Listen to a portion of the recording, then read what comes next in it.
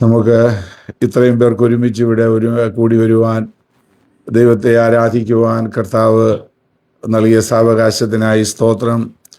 പ്രത്യേകാൽ രാജഭവനും തങ്കമ്മ സിസ്റ്ററും അവർ വേറൊരു ആയിരുന്നതിനാൽ ഒരുപക്ഷെ ആരാധനയ്ക്ക് കാണത്തില്ലെന്ന് വിചാരിച്ചു. എങ്കിലും അവർക്കും സൂമിൽ കയറുവാൻ ദൈവം ഇടയാക്കിയതിനായി ദൈവത്തെ സ്തുതിക്കുന്നു. സൂമിലായിരിക്കുന്ന എല്ലാവർക്കായി ഞാൻ ദൈവത്തെ സ്തുതിക്കുന്നു. കഴിഞ്ഞ രാത്രിയിൽ നമ്മൾ പറഞ്ഞതുപോലെ ഒരു ദേവദാസൻ ഇന്ന് പകലിൽ നമ്മോടൊപ്പം ആയിരിക്കാൻ ദൈവം ഇടയാക്കി. കഴിഞ്ഞ രാത്രിയിലും കൂടെ ആയിരുന്നത് അനുഗ്രഹമായിരുന്നു. ജയസിംഗ്, പാസ്റ്റർ ജയസിംഗ് മസ്കറ്റിൽ നിന്ന് നമ്മളോടൊപ്പമായിരിക്കുന്നു. അദ്ദേഹം റാന്നിയിൽ നിന്നാണ് വിശ്വാസത്തിലേക്ക് കടന്നു വന്നത്. തൻ്റെ സ്വദേശം തമിഴ്നാടാണ്. സ്തോത്രം.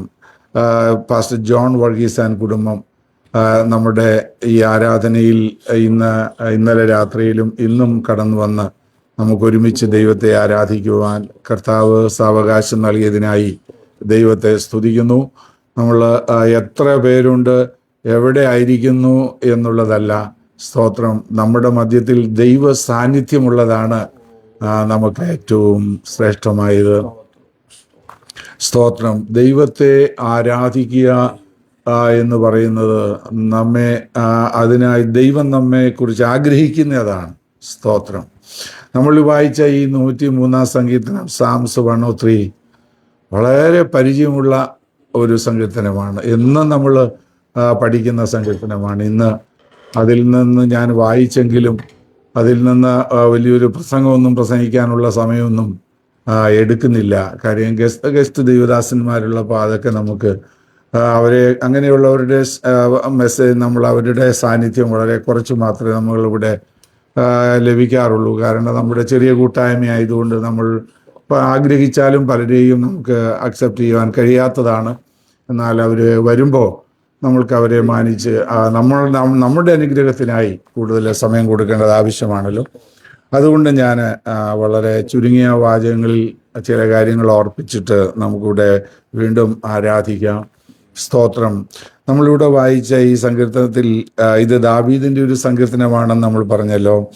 ഓരോ വാക്യങ്ങളും നമ്മൾ ധ്യാനിച്ചാൽ നമുക്ക് ധാരാളം കാര്യങ്ങൾ അതിനകത്തൊന്നും ചിന്തിക്കാനായിട്ടുണ്ട്. സ്തോത്രം. അദ്ദേഹം തന്നോട് തന്നെ പറയുകയാണ്, O my soul bless the Lord. എൻ മനമേ യഹോവയെ നീ വാഴ്ത്തുക. കേവലം വാഗൊണ്ട് ഉള്ള ഒരു പുകഴ്ത്തലല്ല, എൻ്റെ സർവ അന്തരംഗവുമേ, വിത്ത് ഓൾ വിതിൻ മീ,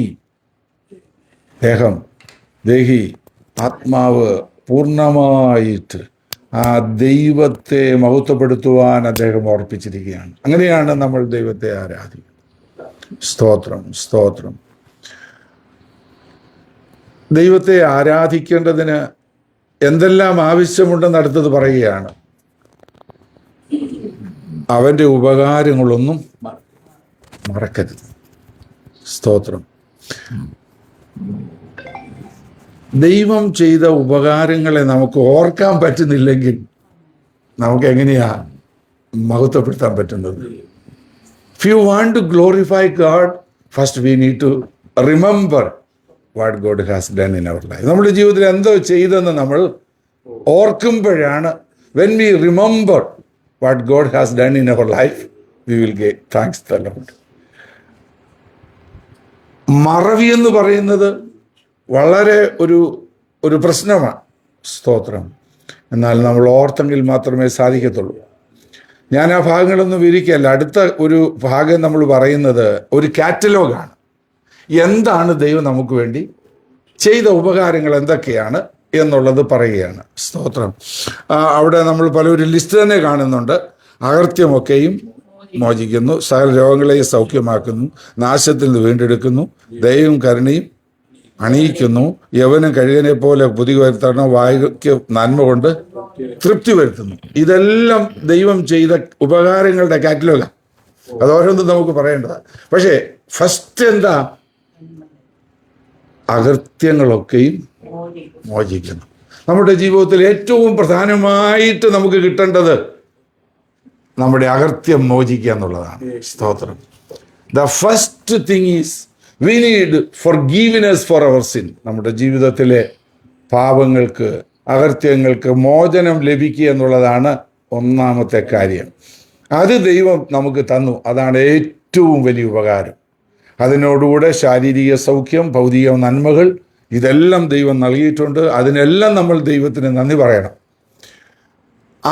പക്ഷെ ഈ കാര്യങ്ങളെല്ലാം, ദൈവം ചെയ്ത ഉപകാരങ്ങളൊക്കെ പറഞ്ഞ ശേഷം പറയുന്നത് ഈ ഉപകാരം ചെയ്ത ആളിൻ്റെ ക്യാരക്ടർ എന്തോ ആണ്.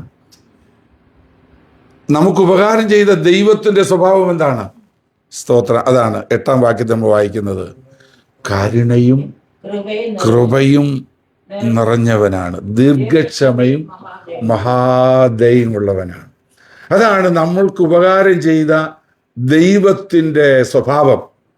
അത് നമ്മൾ ഓർക്കുമ്പോഴാണ് സ്തോത്രം നമുക്ക് സന്തോഷം ഉണ്ടാകുന്നത്. സ്തോത്രം. ഈ വെളിപ്പാട് ദൈവം മോശയ്ക്ക് കൊടുത്തത് നമ്മൾ പുറപ്പാട് 34 വായിക്കുന്നുണ്ട്. മോശ ദൈവത്തോട് പ്രാർത്ഥിച്ചു, ദൈവമേ, Lord show me your glory. ദൈവമേ, നിന്റെ മഹത്വം ഒന്ന് കാണിക്കണേ. സ്തോത്രം. ദൈവ മഹത്വം കാണുക എന്ന് പറയുന്നത് വളരെ പ്രധാനമായ ഒരു വിഷയമാണ്. സ്തോത്രം. ദൈവ മഹത്വം നമ്മൾ കണ്ടാൽ നമുക്കവനെ ആരാധിക്കാതിരിക്കാൻ പറ്റത്തില്ല. ആളുകളോട് ആരാധിക്കെന്ന് പറഞ്ഞാൽ എല്ലാവർക്കും ഒന്നും ആരാധിക്കാൻ പറ്റത്തില്ല. നമുക്ക് വാസ്തവമായ ഒരു വ്യക്തിക്ക് ദൈവത്തെ ആരാധിക്കണമെങ്കിൽ ആ ദൈവം ആരാണെന്നുള്ള ദൈവ മഹത്വം നമ്മൾ കണ്ടെങ്കിൽ മാത്രമേ ദൈവത്തെ ആരാധിക്കാൻ പറ്റത്തുള്ളൂ. മോശയോട് പറഞ്ഞു, മോശേ, എന്നെ അങ്ങനെ എല്ലാവർക്കും നിനക്ക് കാണാൻ പറ്റത്തില്ല, പക്ഷേ ഞാൻ ഭാഗികമായിട്ട് നിന്നെ ഒന്ന് കാണിക്കാം. സ്തോത്രം. പിളർക്കപ്പെട്ട പാറയിൽ നിന്നുകൊണ്ട് മോശയ്ക്ക് അല്പമായി ദൈവമഹത്വം ഒന്ന് കാണിച്ച ശേഷം കടന്നു പോകുന്ന കർത്താവ് ദൈവമഹത്വം കേൾപ്പിച്ചു. സ്തോത്രം. ഇതാ മോശയുടെ മഹത്വം. ഞാൻ ദീർഘക്ഷമയും മഹാദയുമുള്ളവനാണ്, 1000 തലമുറ വരെ ദയ കാണിക്കുന്നവനാണ്. ഈ മഹത്വം മോശയ്ക്ക് ഒന്ന് കേൾക്കാൻ പറ്റിയപ്പോഴേക്കും അടുത്തത് എന്തുവായിരുന്നു മോശ ചെയ്തേ? കവിണ്ണു വീണു. സ്തോത്രം. ദൈവ മഹത്വത്തിൻ്റെ മുമ്പിൽ വീണ് ദൈവത്തെ മഹത്വപ്പെടുത്തുക. ഇന്ന് പകലിൽ നമ്മളിവിടെ ദൈവത്തെ ആരാധിക്കുമ്പോൾ ഒത്തിരി ആളൊന്നുമില്ല, വലിയ മ്യൂസിക്കൊന്നും നമുക്കില്ല. പക്ഷേ നമുക്കൊരു കാര്യം നമ്മൾ അറിയണം, ഞാൻ ആരാധിക്കുന്ന ദൈവം ആരാണ്? Who is my God? What he has done in my life. അവൻ്റെ സ്വഭാവം എന്താണ്? സ്തോത്രം. എന്താണ് അവൻ എൻ്റെ ജീവിതത്തിൽ ചെയ്തത്? താഴെ നമ്മൾ വായിക്കുന്നുണ്ട്, he remember we are dust. നമ്മുടെ പ്രകൃതി അവൻ അറിയുന്നു, നാം പൊടിയെന്നവൻ ഓർക്കുന്നു. സ്തോത്രം. നോക്കുക, നമ്മുടെ ജീവിതത്തിലെ പാവങ്ങൾക്കും അകൃത്യങ്ങൾക്കും ബലഹീനതകൾക്കും ഒക്കെ ഒത്തവണ്ണമാണ് ദൈവം നമ്മളോട് ചെയ്തിരുന്നതെങ്കിൽ നമുക്ക് എത്ര പേർക്ക് ഇവിടെ കാണാൻ പറ്റുമായിരുന്നു? നമ്മൾ എത്ര പേര് ഭൂമിയിൽ കാണുമായിരുന്നു? സ്തോത്രം. ഞാൻ ആ ദൈവത്തിന് ദയയെ ചിലപ്പോൾ ഓർക്കാറുണ്ട്. ലോകത്തിൽ എന്തെല്ലാം വഷളത്വങ്ങളാണ് നടക്കുന്നത്, എന്തെല്ലാം അകൃത്യങ്ങളാണ് നടക്കുന്നത്. പക്ഷെ ദൈവം എന്താ ഇതൊന്നും കത്തിച്ച് കളയാത്തേ? ഇവരോടൊക്കെ എന്താ ദൈവം ഉടനെ ശിക്ഷിക്കാത്തത്? അതാണ് ദൈവത്തിൻ്റെ ദയ, അതാണ് ദൈവത്തിൻ്റെ ദീർഘക്ഷമ. ഇത്രമാത്രം ദോഷം ചെയ്തവരാണെങ്കിലും ഒരു വാക്ക് പറഞ്ഞ് ദൈവമേ ക്ഷമിക്കണേന്ന് പറഞ്ഞ് വരുവാണെങ്കിൽ അങ്ങ് സ്വീകരിക്കുന്നവനാ ദൈവം. ആരെയും നശിപ്പിക്കുന്നതിനെക്കാട്ടിൽ ദൈവത്തിന് ഇഷ്ടം ക്ഷമിക്കുന്നതാണ്. എന്തൊരു നല്ല ദൈവമാണ് നമ്മുടെ ദൈവം. ആ ദൈവത്തിൻ്റെ സ്നേഹത്തെ നമ്മൾ ഓർത്താൽ നിശ്ചയമായിട്ടും നമ്മളുടെ ഹൃദയം നിറഞ്ഞ് നമ്മൾ ദൈവത്തെ സ്തുതിക്കാനായിട്ടിടയായിത്തീരും. സ്തോത്രം. എൻ്റെ പ്രകൃതി അറിയുന്ന ദൈവം, എൻ്റെ തെറ്റുകൾക്കൊത്തവണ്ണം എന്നോട് ചെയ്യാതെ എന്നോട് ക്ഷമിച്ച് എന്നെ സ്നേഹിച്ച ആ ദൈവത്തെ ഞാൻ എങ്ങനെ സ്തുതിക്കണം? അതുകൊണ്ട് ദാവീദ് പറയുക, എൻ മനമേ, O my soul, bless the Lord, not forget his benefits. അവൻ്റെ ഉപകാരങ്ങളൊന്നും നീ മറക്കരുത്. അവൻ ചെയ്ത ഉപകാരങ്ങൾ എത്ര വലുതാണ്. സ്തോത്രം. അപ്പന് മക്കളോട് കരുണ തോന്നുന്നത് പോലെ യഹോവയ്ക്ക് തൻ്റെ ഭക്തന്മാരോട് കരുണ തോന്നും. ഈ സങ്കീർത്തനം ആരംഭിക്കുന്നത് ദാവീദ് ദൈവത്തെ സ്തുതിച്ച, തന്നോട് തന്നെ പറയാം, ഓ മൈ സോൾ, എൻ മനമേ, എൻ്റെ സർവ്വ അന്തരംഗവുമേ ദൈവത്തെ സ്തുതിക്ക്, ദൈവത്തെ സ്തുതിക്ക് എന്ന് പറഞ്ഞ ശേഷം അതുകൊണ്ട് അദ്ദേഹം നിർത്തുവല്ല, സകല മനുഷ്യരും ഭക്തന്മാരെല്ലാവരും ദൈവത്തെ സ്തുതിക്കട്ടെ, സകല ദൂതന്മാരും അവൻ്റെ ശബ്ദം കേട്ട് അവൻ്റെ ആജ്ഞ അനുസരിക്കുന്ന സകല ദൂതന്മാരും അവനെ സ്തുതിക്കട്ടെ. സ്തോത്രം. അവൻ്റെ വാസസ്ഥലങ്ങളിലുള്ള അവൻ്റെ ഇഷ്ടം ചെയ്യുന്ന ശുശ്രൂഷക്കാരായി സകല സൈന്യങ്ങളുമായുള്ളവരെ യഹോവയെ സ്തുതിക്കട്ടെ.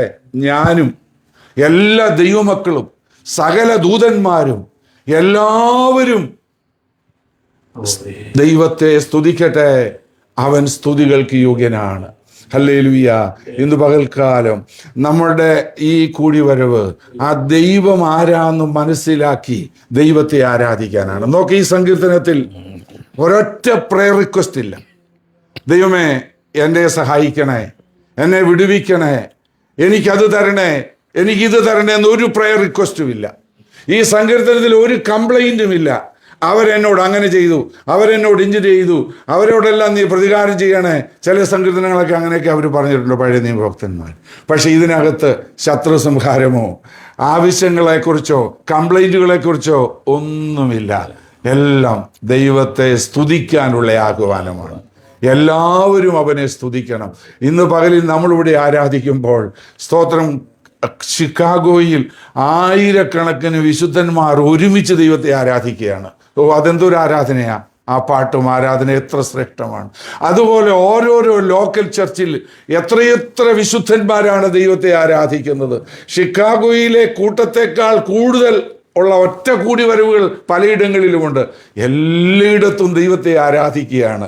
നമ്മൾ ഒരു ചെറിയ ഗ്രൂപ്പല്ല, നമ്മൾ വലിയൊരു ഗ്രൂപ്പ്, ഒരു വലിയൊരു ഭവനത്തിലെ വലിയൊരു ഗ്രൂപ്പിലെ ആളുകളാണ്. സകല വിശുദ്ധന്മാരും ചേരുന്നവരാണ് നമ്മൾ. എത്ര ശ്രേഷ്ഠമാണ്! ഹല്ലേലൂയ. ആ ദൈവം നൽകിയ പദവികളെ ഓർത്താൽ നാം ദൈവത്തെ സ്തുതിക്കാതിരിക്കത്തില്ല. അവൻ നമ്മുടെ ആരാണ്? സ്തോത്രം. അപ്പൻ മക്കളോട് കരുണ തോന്നുന്നത് പോലെ, ഹല്ലേലൂയ, നമ്മുടെ പിതാവാണവൻ. നമുക്കൊരു പിതാവുണ്ട്. സ്തോത്രം. അവൻ നമ്മെ സ്നേഹിക്കുന്നവനാണ്. സ്തോത്രം.